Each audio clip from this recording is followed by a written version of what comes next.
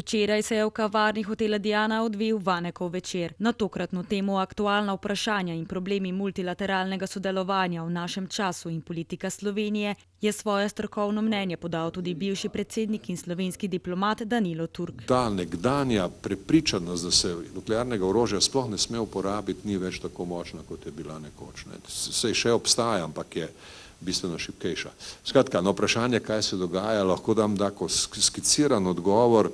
Dogajajo se zelo velike stvari in zelo nevarne stvari. Kot slovenski diplomat in strokovnjak za mednarodno pravo je med drugim podal tudi strokovno utemeljeno in kritično mnenje o aktualnem dogajanju v Ukrajini. Izpostavil je tudi problem diplomatske iniciative. Po njegovi oceni naj bi se vse skupaj sprevrglo v neke vrste propagandno razpravo. To smo vsi opazovali, bilo zastrašujoče, kako pravzaprav je eskalacija napetosti v zadnjih mesecih preteklega leta ostala brez enega resnega diplomatskega napora. Poudarjam, brez resnega diplomatskega napora, da bi se našlo rešitev. Kajti veste, na vse zadnje gre v upravljanju s temi kriznimi situacijami za to, da se ne dovoli, da se neka kriza, ki je regionalno omejena, sprevrže v neko veliko vojno. In seveda to velike sile zelo dobro vedo. Vedo tudi, da se je v zgodovini že zgodilo, da so velike sile dopustile, da neka lokalna kriza preraste v svetovno vojno. To se je zgodilo po atentatu v Sarajevu. Je tudi prišlo do situacije, ko je neka kriza, ki bi jo bilo treba obravnavati kot lokalno krizo, postala razlog za angažiranje sistema vojaških zavezništev in svetovne vojne. Skratka, te primerjave zgodovinske so seveda v zavesti ljudi in vodilni ljudje to prav gotovo zelo dobro vejo.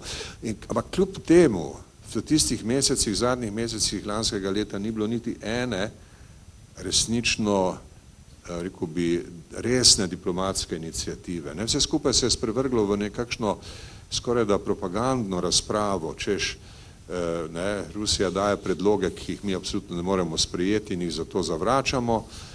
Rusija seveda je dala predloge, ki so bili izjemno zahtevni, ambiciozni, tudi do tega, da naj se članstvo zveze NATO zmanjša, kar seveda ni uresničljivo. Ampak ni bilo nobene take diplomatske akcije, ki bi stvari spravila na neke tirnice reševanja. Tudi recimo, to je en velik poraz Združenih narodov. Jaz sem bil v New Yorku zdajle konec aprila in sem govoril z ljudmi iz političnega dela sekretarijata Združenih narodov, ljudi, ki svetujejo Guterresu. Sem rekel, zakaj niste vi nič naredili? Vse na vse zadnje, tudi če generalni sekretar ne uspe, on bi moral biti zdaj zgodovinsko zapisan kot generalni sekretar, ki je resno poskušal. To se ni zgodilo in ko sem to spraševal in se pogovarjal z ljudmi, sem rekli, veste, kako je to? Vprašanje Ukrajine je prišlo na dnevni red Združenih narodov leta 2014. Po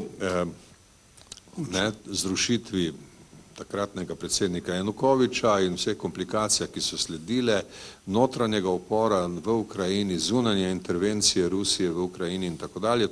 Takrat je prišla Ukrajina na dnevni red Varnostnega sveta.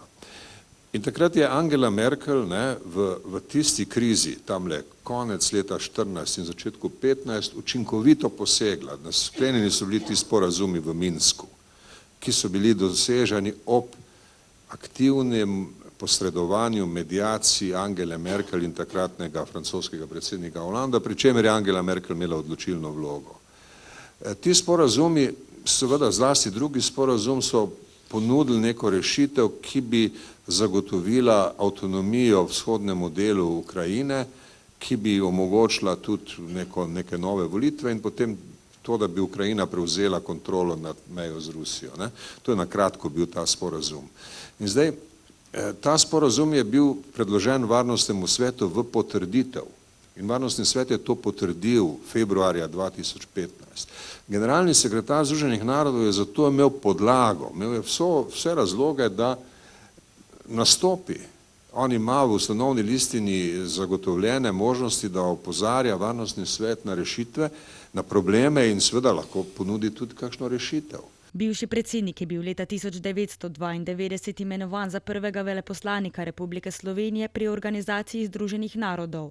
Dvakrat pa je predsedoval tudi Varnostnemu svetu omenjene organizacije in v ta namen je podal tudi svoje strokovno mnenje o problemu delovanja Organizacije Združenih narodov. Kot ste lahko opazili, je vloga Združenih narodov postala omejena in to omejevanje se pozna že kar nekaj časa, omejena na en segment, ko izbruhnejo oboroženi konflikti, potem Združeni narodi pridejo v položaj, ko se ukvarjajo s humanitarnimi vprašanji.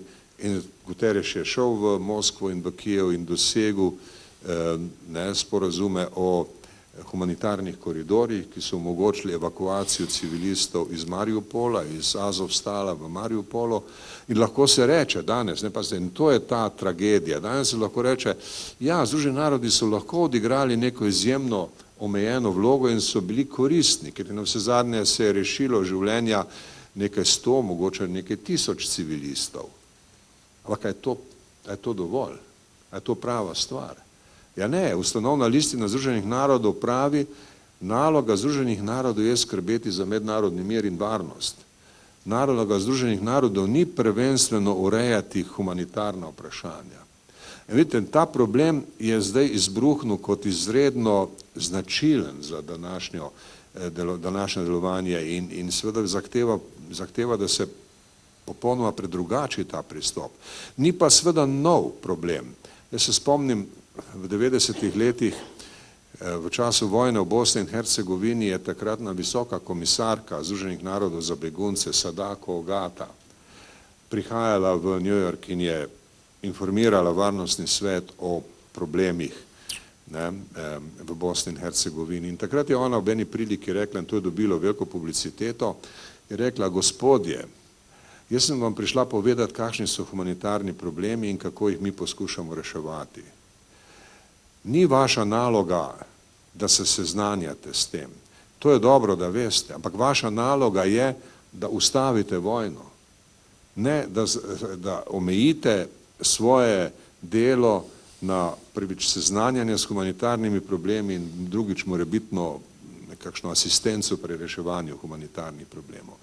Skratka, ta problem je bil že izrazito značilen v tisti vojni, v vojni v Bosni in Hercegovini, ki pa je seveda v zavesti glavnih sil in sveta bila še vedno obravnavana kot neka regionalna, lokalna vojna, celo državljanska vojna.